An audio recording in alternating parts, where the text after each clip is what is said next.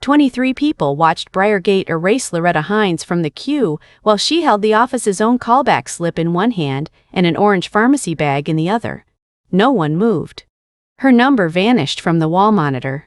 Inside the orange plastic, 2 prescription bottles knocked together. One hard click. The envelope beneath Loretta's arm contained every paper the office had ordered her to bring. If it was not accepted today, her lease window could close Friday. On Saturday, she had promised to take her granddaughter to a trumpet audition. Loretta said, "Your office told me to come."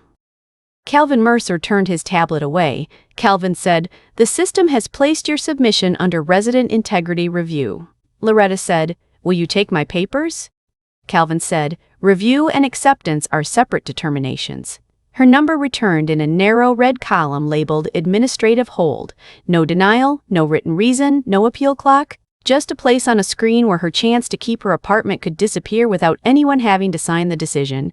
Beside her, Renee Bishop pressed her father's brass keys into her palm. Renee said, "Show me the written rule." Calvin said, "The policy is internal."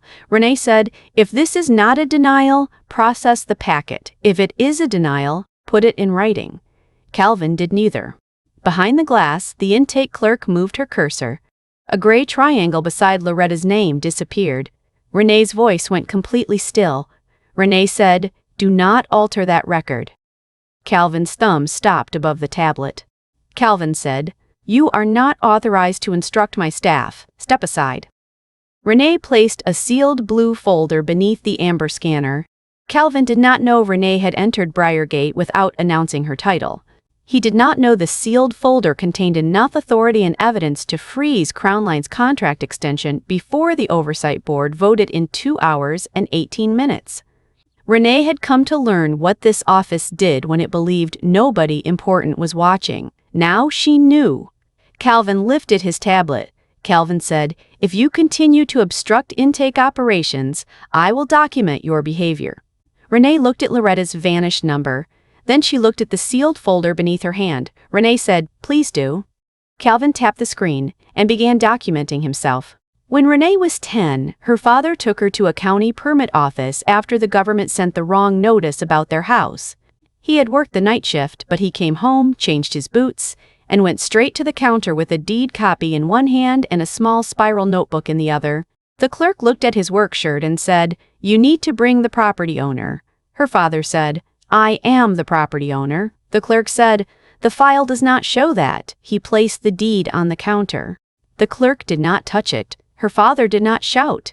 He wrote down the clerk's name, the window number, and the time. Then he asked for the regulation that required a second review of a deed already accepted by the same office. The clerk said, "Sir, I do not make the rules." Her father said, "I am asking you to name one." A supervisor came. The mistake was corrected. No one apologized. Her father asked for a receipt showing the correction had been entered that morning. In the parking lot, he placed the notebook in Renee's lap. He said, "People can pretend not to hear anger. They have a harder time pretending not to see a record."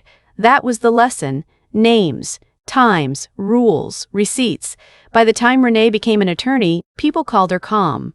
They did not know her calm was evidence collection. 9 months before Briargate, Renee sat in a rented room above a closed shoe repair shop with the blue folder open across her knees. Her bank account was thin, her father's care bills were rising, and her daughter Zora's debate team still needed money for travel meals. Renee had unpaid invoices, cracked molars, and a navy suit hanging on the door because looking composed was cheaper than explaining why she was not. The blue folder held the reason she could not quit. For 7 months, Renee had built the Haven Rock Access Pattern Map. It was 28 denial letters using the same vague phrase, administrative irregularity. It was 14 residents whose files changed status after they came in person. It was 53 intake logs showing transfer packets routed into risk review after staff marked applicants non-standard. It was 6 internal memos that did not match public forms. It was 1 contract clause giving Crown Line Civic Services a $1,400,000 performance bonus if unresolved intake cases stayed below a target number. Cases did not disappear. They became holds. Holds did not count as denials. Denials triggered appeals. Appeals triggered oversight. A hold was a waiting room with no clock. Renee had filed preservation letters, records requests, and formal escalation notices. She had sat through meetings where men with clean binders told her the data was inconclusive. One director said residents were confused by normal procedure. Another said staff needed flexibility. A third asked whether Renee understood fraud prevention. She understood protection.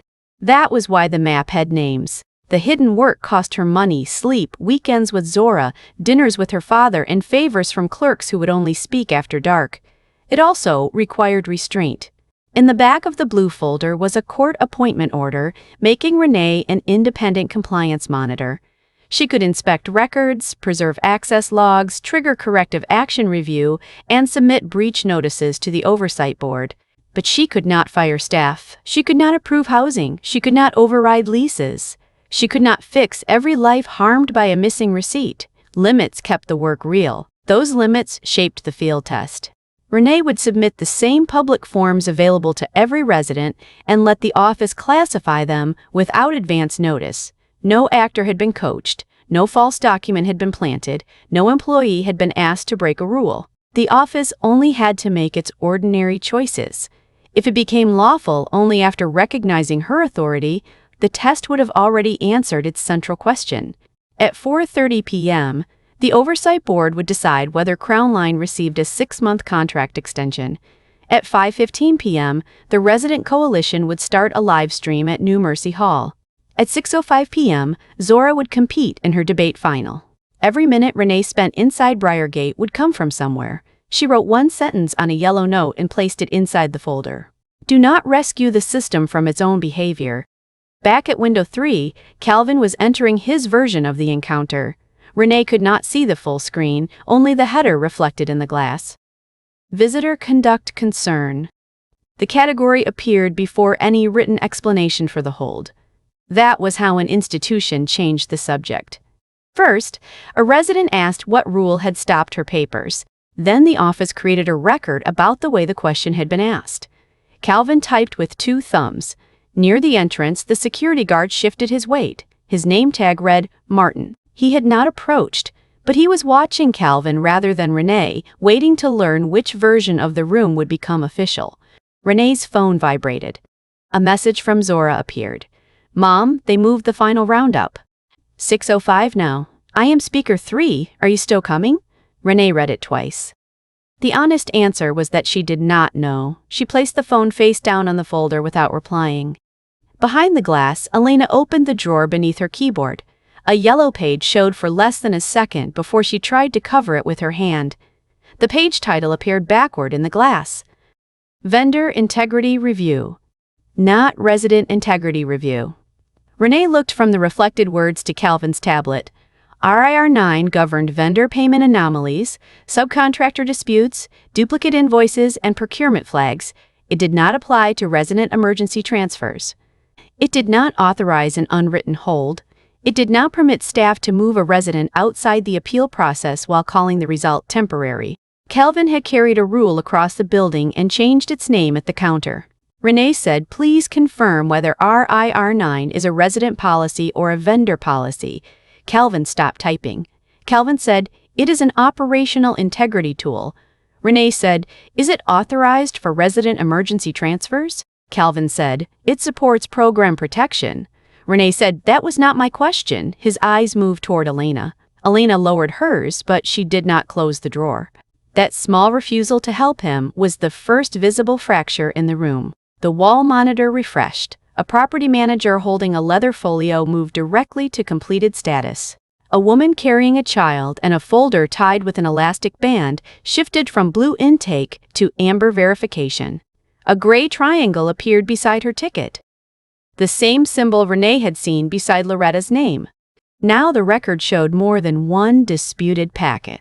Renee said, preserve the access log for my ticket, Mrs. Hines's file, and the ticket that just received the gray marker. Calvin gave a short laugh. Calvin said, you cannot order preservation of internal records at a service counter. Renee said, I made a request. Deny it in writing if you believe you can. Calvin said, on what authority? There it was. The question that could end the test. Renee could open the back tab, place the court appointment order beneath the scanner, and force the office to become careful. But then Calvin could claim the office would have corrected itself before causing harm. He could describe everything before the reveal as a misunderstanding. Renee kept the folder closed. Renee said, "Identify the authority that allows you to destroy or alter a disputed access record." Calvin said, "Ms. Bishop, I am giving you one final opportunity to step away voluntarily." Renee said, "Is that an instruction, a warning, or another category you intend to create after the fact?" Calvin said, "It is a professional courtesy." Renee said, "Then it should be easy to put in writing." 2:56 p.m. Loretta stood again. This time she did not ask whether the office planned to accept the envelope. She carried it to window 3, placed it beneath the slot, and kept one hand on it. Loretta said, "I am submitting these documents under my own name." Elena reached for the envelope. Calvin said, "Do not scan it." Elena stopped with her fingers inches from the paper. Calvin said, "The earlier advocate submission created a pathway concern that must be resolved before independent intake." Loretta said, "I am the resident. This is my hand. Those are my papers." Calvin said, "The file has already been associated with a disputed interaction." Loretta said, "Can a person ever get her own file back from an interaction?" He did not answer. Elena looked at her monitor. Elena said, "The callback is active. The system allows a direct resident intake with a note separating the submissions." Calvin turned toward her. Calvin said, "Director review is required." Elena said, "The screen is not asking for director review." Calvin said, "I am." The distinction stayed in the air. The software was not stopping Loretta. Calvin was. Renee said, "Write down the reason you are overriding the direct intake option." Calvin said, "I will not conduct a procedural argument in front of the lobby." Loretta pushed the envelope another inch beneath the glass. Loretta said, "Then take the paper and write whatever you think is wrong with it." "But take it." Elena's hand moved again. Calvin raised one finger. She stopped. The scanner remained idle. Loretta remained standing. 23 witnesses watched a valid intake option become unavailable because one man had decided that accepting the documents would weaken the story he had already entered into his tablet. Renee looked at the orange pharmacy bag, the callback slip, and the hand Calvin had left suspended above the envelope. He had been offered a lawful exit. He chose the hold. That was the moment Renee needed and did not want. 3:07 p.m. Renee's phone vibrated again. Amari Dale, the board secretary, wrote, "Need breach notice before consent agenda locks. Are you submitting?" Maribel Ortiz from New Mercy Hall wrote, "Residents are here. They are asking whether Crown Line got to you." Then Zora wrote, "Mom, I'm trying not to keep looking at the door." Renee closed her eyes for 1 second. If she opened the folder now, she might still stop the contract extension. She might still reach the live stream. She might still catch part of Zora's debate. If she stayed silent, the test would be cleaner. Almost perfect. But a perfect record would not carry Loretta's pharmacy bag. Renee placed her father's brass keyring on top of the folder. Renee said to Elena, "Process Mrs. Hines as a direct resident intake." Calvin said, "That is not your instruction to give." Renee said, "Then refuse it in writing." Calvin said, "Ms. Bishop." Renee said, "Write the refusal." Calvin raised one hand. Calvin said, "Martin, please approach." The guard came slowly. Calvin said, "This visitor is interfering with intake operations." Renee said, "I requested a written refusal." Martin said, "Is she being removed?" Calvin said, "Not yet. I am giving her the opportunity to comply." Renee said, "Please define comply." Calvin said, "Step away from the counter and cease instructing staff." Renee said, "Are you pausing Mrs. Hines's packet because I asked for written policy?" Calvin said, "I am pausing all activity on this interaction because the environment has become adversarial." Loretta said, "I did not make it adversarial." Calvin did not look at her. Calvin said, "The resident account will be temporarily restricted until review clears the integrity issue." Elena looked up. Elena said, "Mr. Mercer, a restriction will stop her callback path." Calvin said, "That is the purpose of a restriction." He tapped his tablet. The wall monitor refreshed. Loretta's resident number moved from amber verification to red restricted account. The entire lobby saw it. Loretta said, "Does that mean I cannot submit?" Calvin said, "The review team must resolve the restriction before further action." Loretta said, "How long?" Calvin said, "I cannot estimate." Her face emptied. Institutions liked to imagine harm as dramatic. Most of the time, it arrived as arithmetic. Calvin saw a courier student lift his phone. Calvin said, "Recording is not permitted in intake areas." The mother in the green vest said, "Since when?" Calvin said, "For resident privacy." The mother said, "You put everybody's ticket on that screen." A murmur moved through the room. Renee said, "Please note that statement." Calvin said, "You are linking service order to disruption." Renee said, "Created by what act?" He did not answer. A message appeared on Elena's screen. "Supervisor override requested." Calvin said, "I have initiated management review." Renee said, "For Mrs. Hines or for me?" Calvin said, "For the interaction." Renee said, "Who connected Mrs. Hines's file to the interaction?" Calvin paused. He had moved from refusing policy to imposing consequence. Each step looked procedural alone. Together, they formed a staircase. 3:35 p.m. The frosted office door opened. Darlene Voss, regional service manager, stepped out in a taupe blazer. Darlene said, "What appears to be the issue?" Calvin spoke first. Calvin said, "We have a non-compliant advocate interfering with risk review, a resident account connected to irregular submission activity, and unauthorized recording concerns." Darlene turned to Renee. Darlene said, "Ma'am, our staff have discretion to maintain a safe and orderly intake environment." Renee said, "What is unsafe?" Darlene blinked. Renee said, "Identify the unsafe act." Darlene said, "We are not going to parse language at the counter." Renee said, "Then identify the disorderly act." Darlene looked toward Calvin. Calvin said, "Repeated refusal to follow direction." Renee said, "Direction to stop requesting written policy." Darlene said, "I am saying the file will remain on temporary restriction until our review team verifies the submission pathway." Loretta said, "I walked in the pathway." No one laughed. Darlene said, "Mrs. Hines, we will contact you directly." Loretta raised the callback slip. Loretta said, "You contacted me to tell me to come here." Darlene's eyes moved to the paper and away from it. A document existed.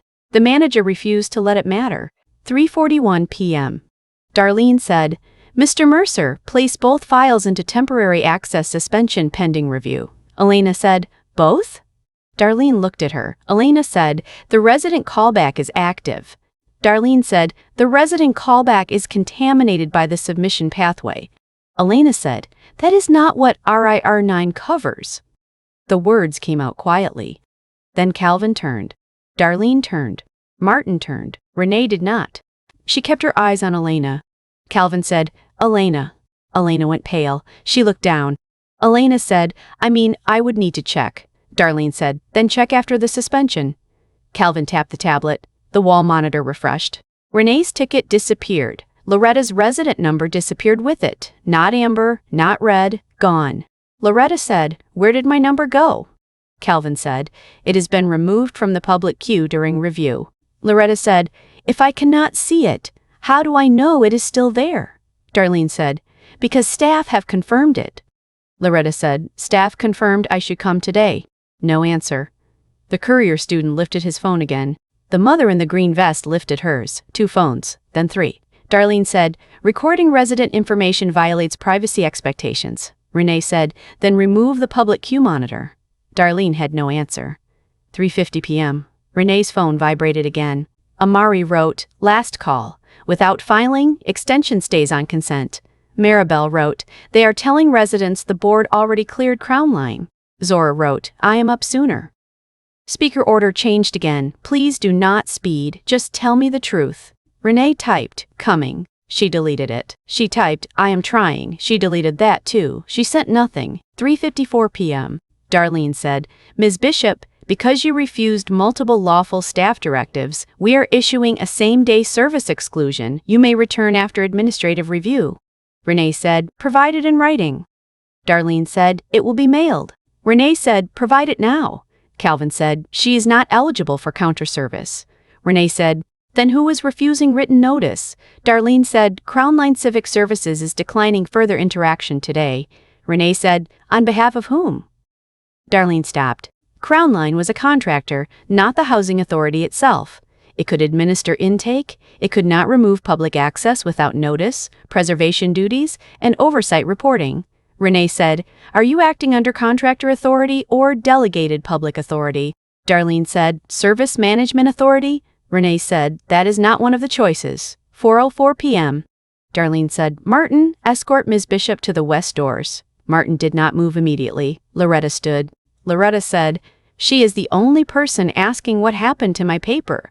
Darlene said, "Mrs. Hines, please sit down." Loretta said, "No." The word was complete. Elena reached under her keyboard and pulled out a white receipt. Calvin saw her hand. Calvin said, "Elena, step away from the station." Elena said, "The suspension receipt printed automatically." Calvin said, "Step away." Elena said, "It has the operator code." Calvin's face changed. Darlene said, "This is an internal matter." Renee said, "Preserve that receipt." 4:08 p.m. Renee picked up the blue folder. The lobby quieted in a different way. Until then, she had been a woman asking for policy. Now she was a woman deciding what the policy had earned. She placed the folder on the counter, flat and aligned with the edge. Her father's brass keyring sat on top. She opened the first tab. Public forms. Callback slips.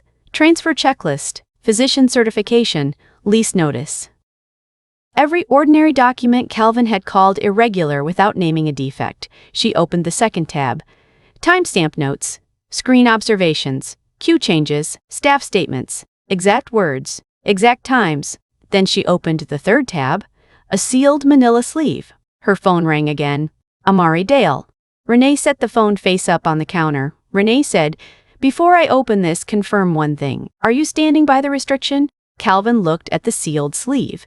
Calvin said yes. Renee broke the seal. She removed the first page, court appointment order, then the second, board ratification letter. Calvin read the words, Haven Rock Civil Court, Independent Compliance Monitor, Access Review Authority, Preservation Mandate, Emergency Inspection Scope, Public Service Contract Oversight. His face did not collapse. It reorganized. Darlene said, "What is this?" Renee said, "The authority you kept asking for."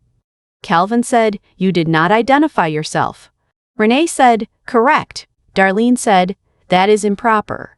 Renee said, "Cite the rule." Nobody moved. Renee answered Amari's call and tapped speaker. Renee said, "Amari, this is Renee Bishop. I am at Briargate Housing Access Center. I am submitting a preliminary breach notice verbally and by time-stamped document upload within this call."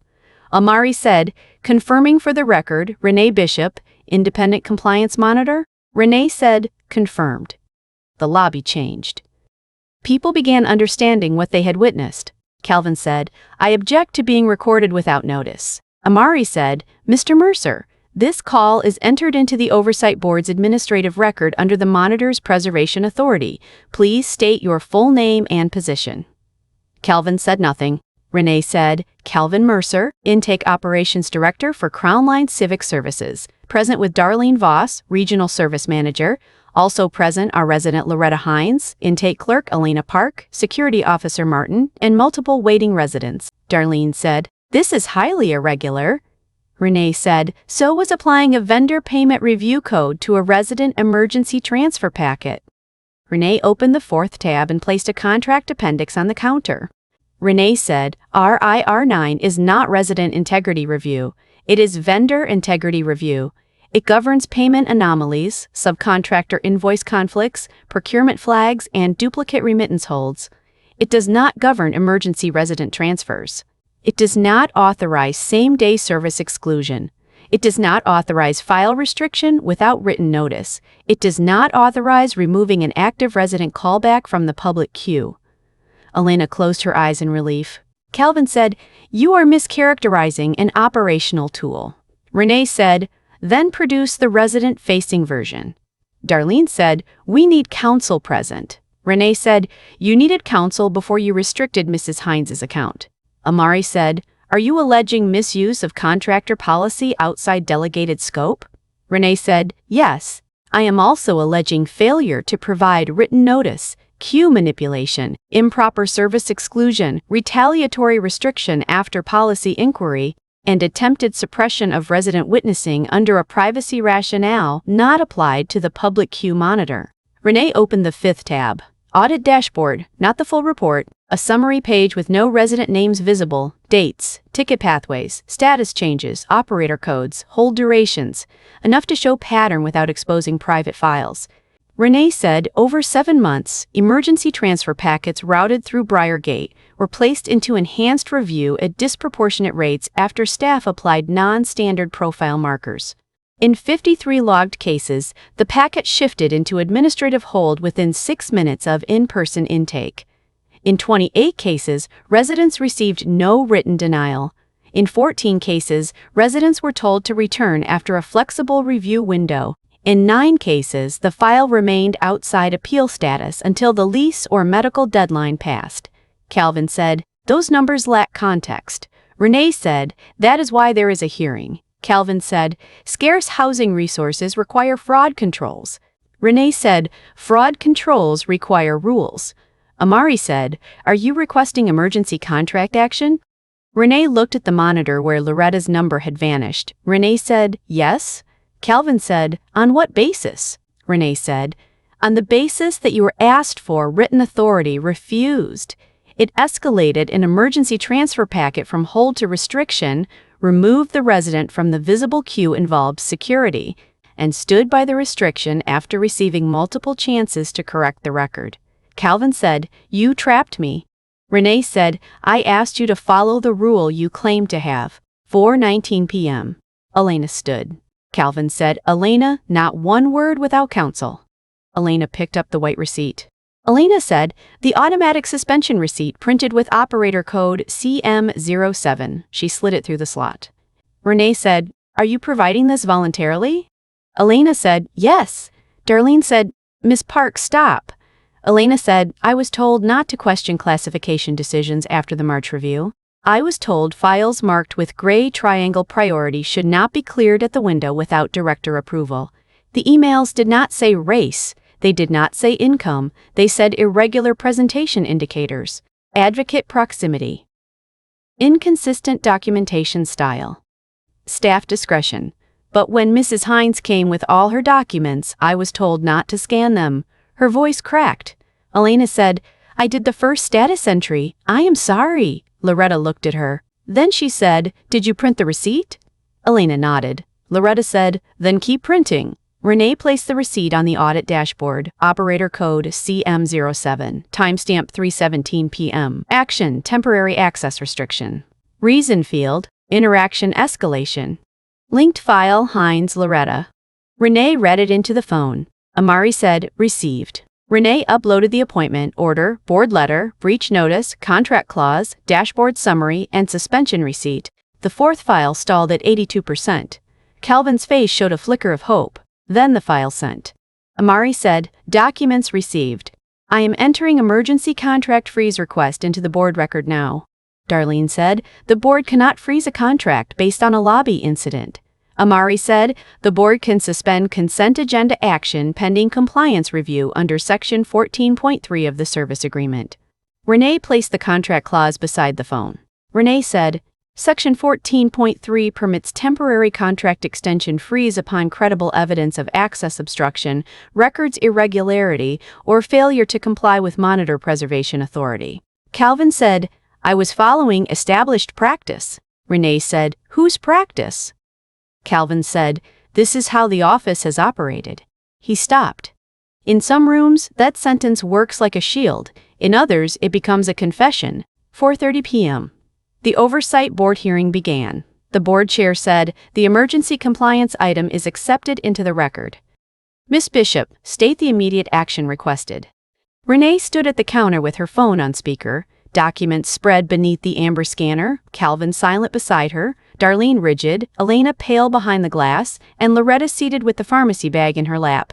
Renee said, "I request immediate suspension of the Crown Line contract extension from the consent agenda preservation of all Briargate access logs queue, captures operator code reports, internal classification guidance, and communications related to RIR 9, gray triangle indicators, administrative holds restrictions, and service exclusions. I further request corrective action review for all emergency transfer packets placed into non-appealable hold status during the last 12 months. Board chair said, "Are you requesting termination?" Renee said, "Not today."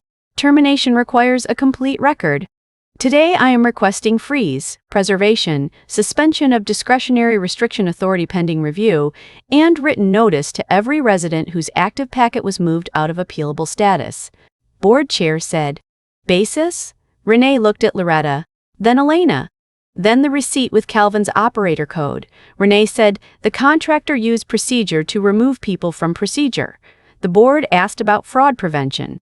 Renee said, I am not asking you to ignore fraud risk. I am asking you to require fraud controls to use written criteria, resident notice, appealable status, and documented supervisory approval. Scarcity is not a license for invisible rules. The board asked whether the data proved intent. Renee said, the emergency request does not require final intent findings. It requires credible evidence of access obstruction and records irregularity sufficient to pause extension while preserving the record. The board asked Darlene whether Loretta's packet had been scanned. Darlene said, it is pending. Board chair said, why? Darlene said, because the account was placed into temporary restriction. Board chair said, by whom? Darlene said, operator code CM07 appears on the receipt. Board chair said, Mr. Mercer? Calvin stepped toward the phone. Calvin said, I acted under established intake risk practice. Board chair said, is RIR9 a resident transfer policy? Calvin did not answer quickly enough. Elena did. Elena said, no. The word entered the hearing record. Board chair said, identify yourself. Elena said, Elena Park, lead intake clerk, Briargate Housing Access Center. Board chair said, are you stating that RIR9 does not govern resident emergency transfer packets? Elena looked at Calvin, then away. Elena said, yes. Loretta began to cry without sound. Renee moved Loretta's papers closer to the scanner. Renee said, Ms. Park, scan the direct resident packet. Darlene said, pending board instruction. Board chair said, scan it for preservation intake. Eligibility determination remains separate. Written notice required for any defect. Do it now.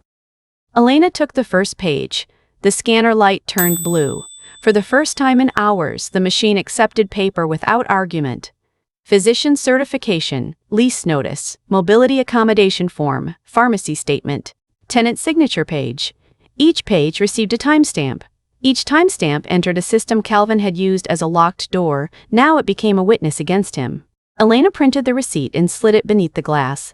Loretta reached for it with both hands. The paper did not approve her transfer.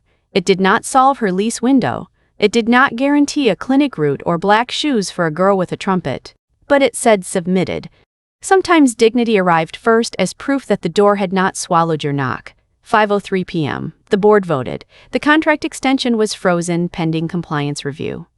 Crown Line's discretionary use of temporary restriction at Briargate was suspended pending audit. All access logs and internal guidance connected to RIR9, gray triangle indicators, administrative hold, restriction, and service exclusion were placed under preservation order. Every emergency transfer packet moved into non-appealable hold status during the prior 12 months would receive written status notice within 10 business days. No one cheered. That was not the kind of room it was. Renee ended the call at 5:06 p.m. The lobby made ordinary sounds again. Chairs shifted. Plastic bags rustled. A child asked for water. The building had not changed. Not really. Marble still stopped near the elevators. Cheap gray carpet still marked where the public waited. But something had been forced into the open. That was not justice. It was the first condition justice required.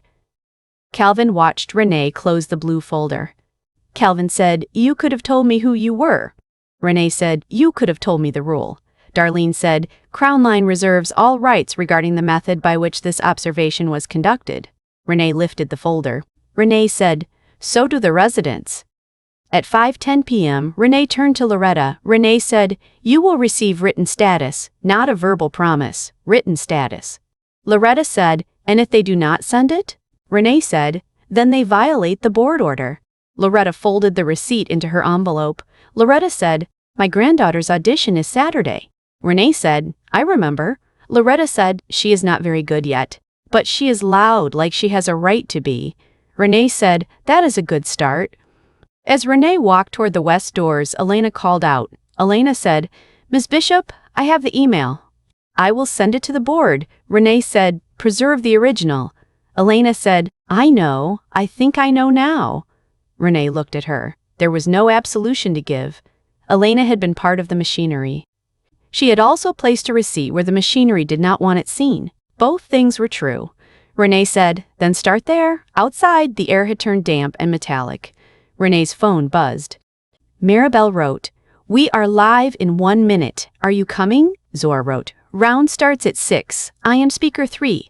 Door on left side does not squeak. Renee stared at the words. Her daughter had given her logistics instead of blame.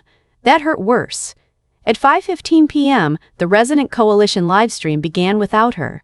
Renee answered Maribel's call under the Briargate awning. Maribel said, Crown Line just sent residents a text saying today's service delays were caused by outside interference. Renee said, put me on speaker. Maribel said, you are not here. Renee said, put me on speaker. A microphone squealed faintly. The basement at New Mercy Hall went quiet. Renee said, I am sorry I am not there in person. At 4:30 p.m., the Haven Rock Oversight Board accepted an emergency compliance item into the record. Crown Line's contract extension was frozen pending review. Briargate's discretionary use of temporary restrictions was suspended pending audit.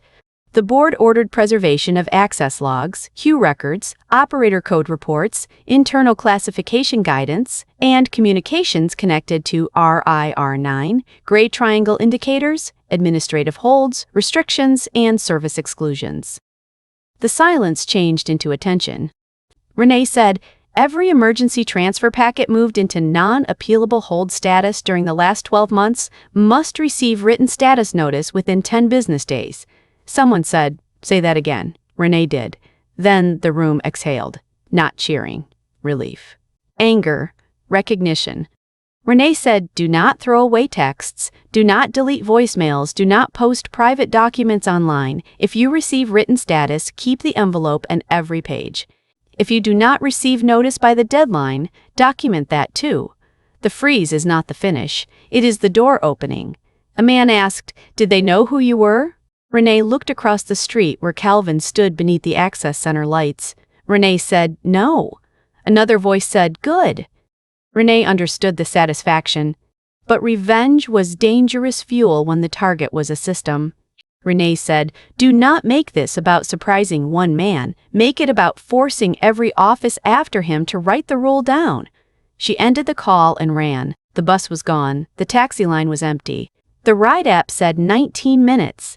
Zora's school was 24 minutes away without traffic.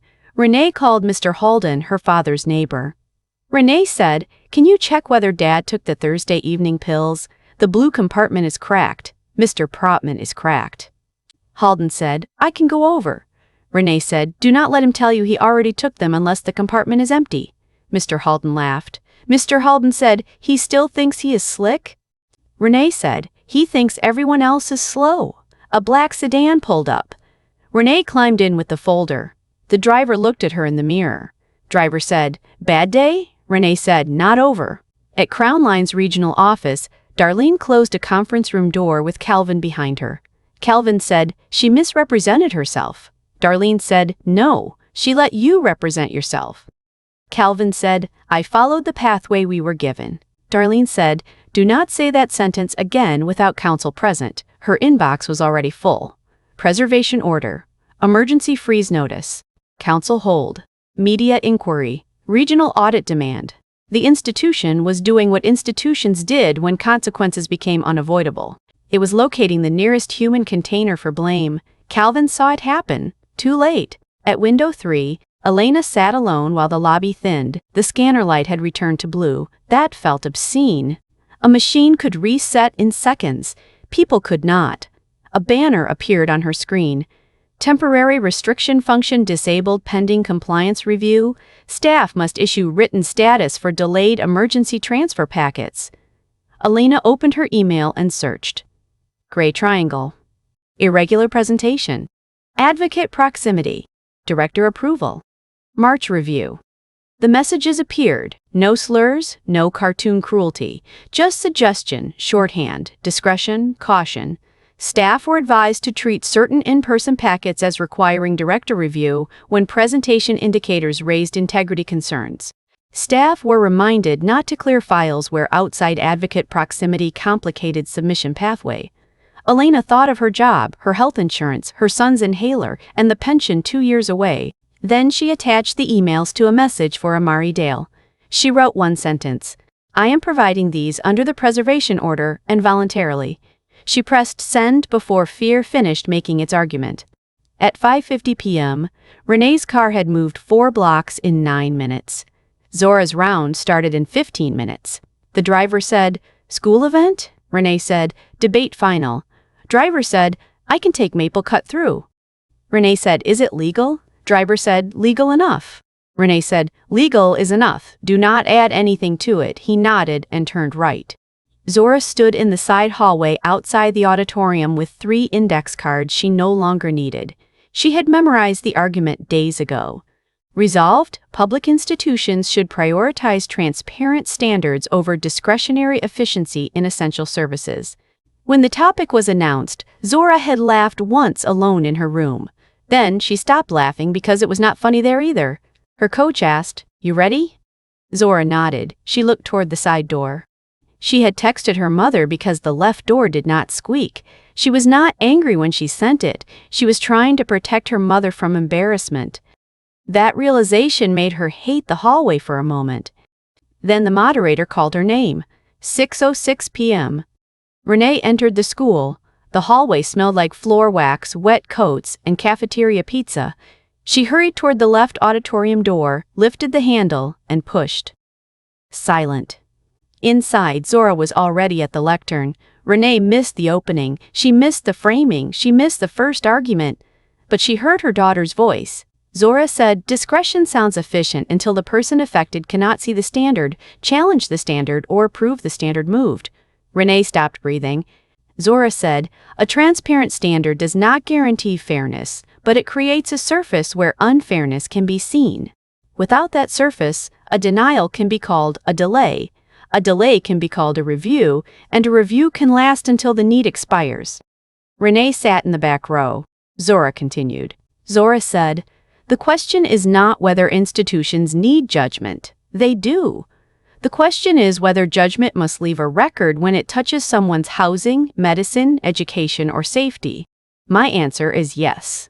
Not because records are perfect, but because invisible power is worse." Zora turned one index card over, although there was nothing written on the back. Zora said, "The argument for discretion is usually that written standards are too slow for complicated lives. Sometimes that is true. A nurse may need to triage, a teacher may need to adapt. A housing worker may need to recognize an emergency that no form anticipated. But judgment and secrecy are not the same thing." She paused while the judge made a note. Zora said, "Judgment explains itself. Secrecy changes the category. Judgment says, here is the unusual fact and here is why it matters. Secrecy says, trust us, then removes the person who asks for an explanation." A student at the opposing table looked down at his prepared rebuttal. Zora said, "Institutions often defend invisible standards by saying public rules can be manipulated. But a hidden standard can also be manipulated, and the person harmed by it has no way to show that the standard changed. Transparency does not eliminate discretion. It disciplines discretion by requiring a reason, a name, a time, and a record." In the back row, Renee felt the words arrive twice, once as an argument, once as inheritance. Zora had learned the shape of Renee's work without being present for most of it. She knew the language of missing reasons, moving standards, and doors that closed without admitting they had closed. Renee had wanted to teach her daughter courage. She had not considered how much absence the lesson might contain. Zora said, "An institution should not be judged only by whether it reaches the correct result. It should also be judged by whether the person affected can understand the path, challenge an error, and remain visible while the decision is being made." She lifted her eyes from the judges and looked toward the side door again. This time, Renee was there. The room was silent enough for Renee to hear the ventilation system. During her final line, Zora looked across the room. She saw Renee. Her voice did not break. Zora said, "Efficiency should never mean that a person disappears faster than they can appeal. The applause came. Renee clapped last, but long enough that Zora saw. After the round, Zora came up the aisle. Renee said, "I am sorry." Zora said, "Did you hear any of it?" Renee said, "I heard the part about invisible power." Zora said, "That was near the end." Renee said, "I know." The honest answer hurt both of them. Zora said, "Did it work?" Renee said, "The board froze the contract extension. They ordered preservation." Mrs. Hines's packet was scanned. Elena sent emails. Zora said, "So you won?" Renee looked at the blue folder. Renee said, "I stopped one door from closing quietly." Zora nodded. That answer made more sense than victory. The debate results came in. Zora's team placed second. Renee felt the old reflex rise. Argue. Ask for score sheets. Check the rubric. Find the defect. But this was not Briargate. Sometimes second place was just second place, and a mother's hunger to correct the world could become another way of not standing with the child in front of her. So Renee stayed quiet. Renee said, "You were excellent." Zora said, "We lost." Renee said, "Both can be true." Zora said, "You missed the opening." Renee said, "Yes." Zora said, "It was good." Renee said, "I believe that." Zora's eyes filled.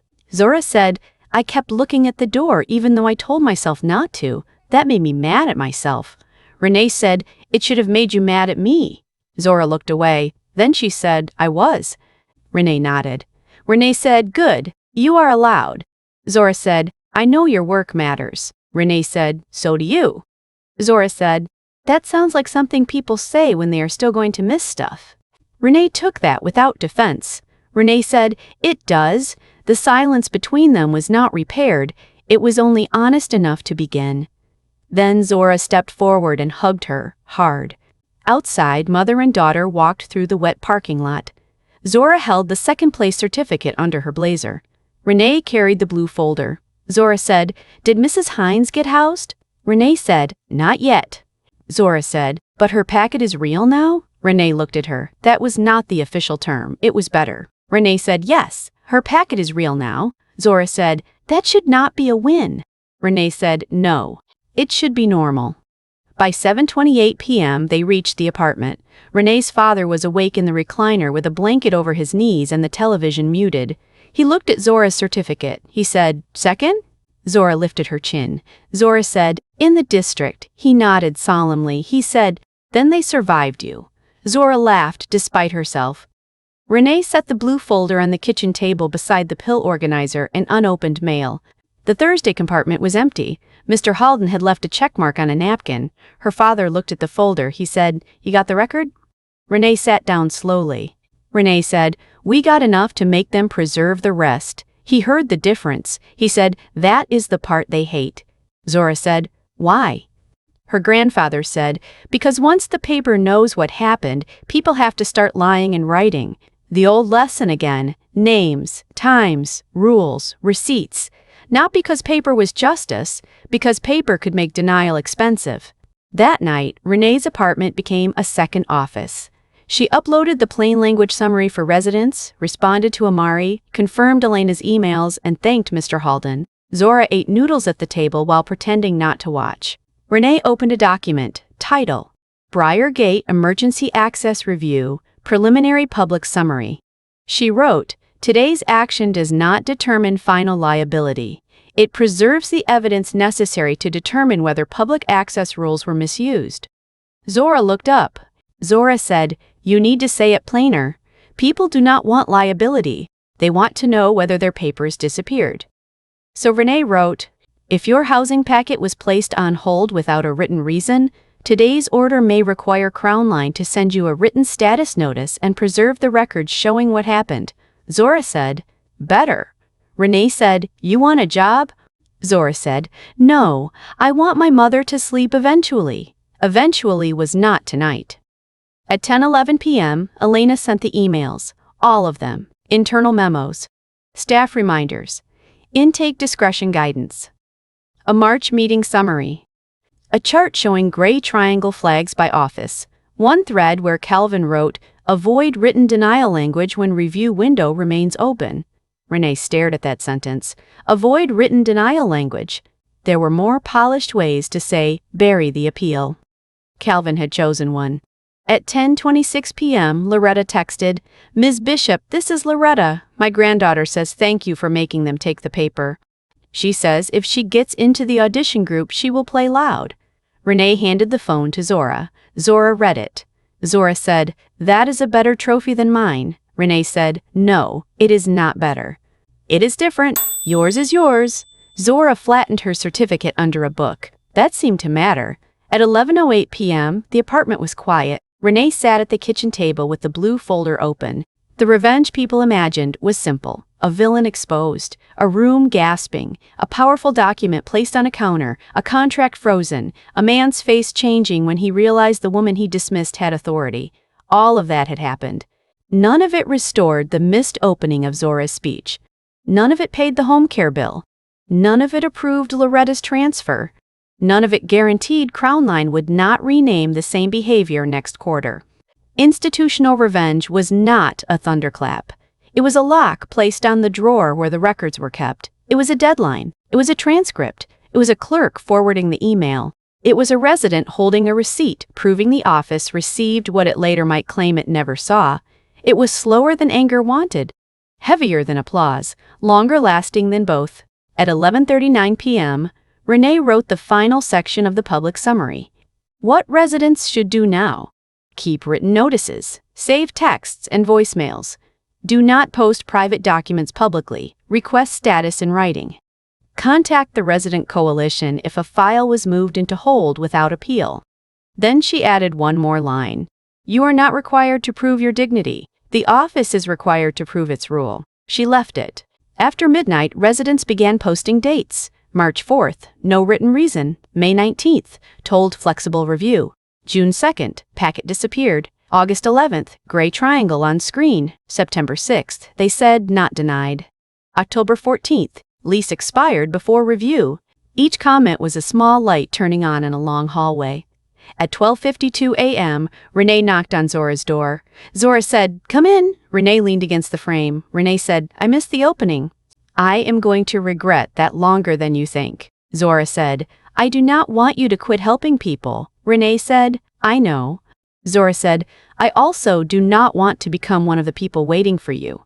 That sentence entered Renee more deeply than anything Calvin had said all day. Renee said, "Then I need to change how I work." Zora said, "What does that mean?" Renee said, "It means I will put your calendar in the same folder as the court deadlines. Not because you are a task, because you are not optional." Zora looked at her for a long moment. Zora said, "Okay."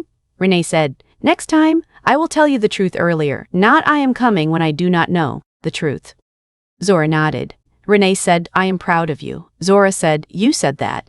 Renee said, "I am saying it again because I missed the opening." This time Zora smiled. Small, tired, real. At 1:20 m.e., Renee returned to the kitchen and placed her father's brass keyring on top of the blue folder. She thought of the permit counter, her father's hand flat beside the deed. The notebook. The receipt printed because a tired man in a work shirt asked for the rule by name. People could pretend not to hear anger. They had a harder time pretending not to see a record. By morning, Calvin Mercer would have counsel. By morning, Crown Line would have a longer statement. By morning, the board would have staff trying to narrow the freeze, residents trying to widen it, and reporters trying to compress it. By morning, the system would begin defending itself. But tonight, the record existed. Loretta had a receipt. Elena had sent the emails. The contract extension was frozen. The transcript would become public. And somewhere in Alder District, a girl with a trumpet was practicing loud enough to be heard through a towel under the kitchen door. Renee turned off the light. The blue folder remained on the table in the dark. Not closed, not finished, preserved.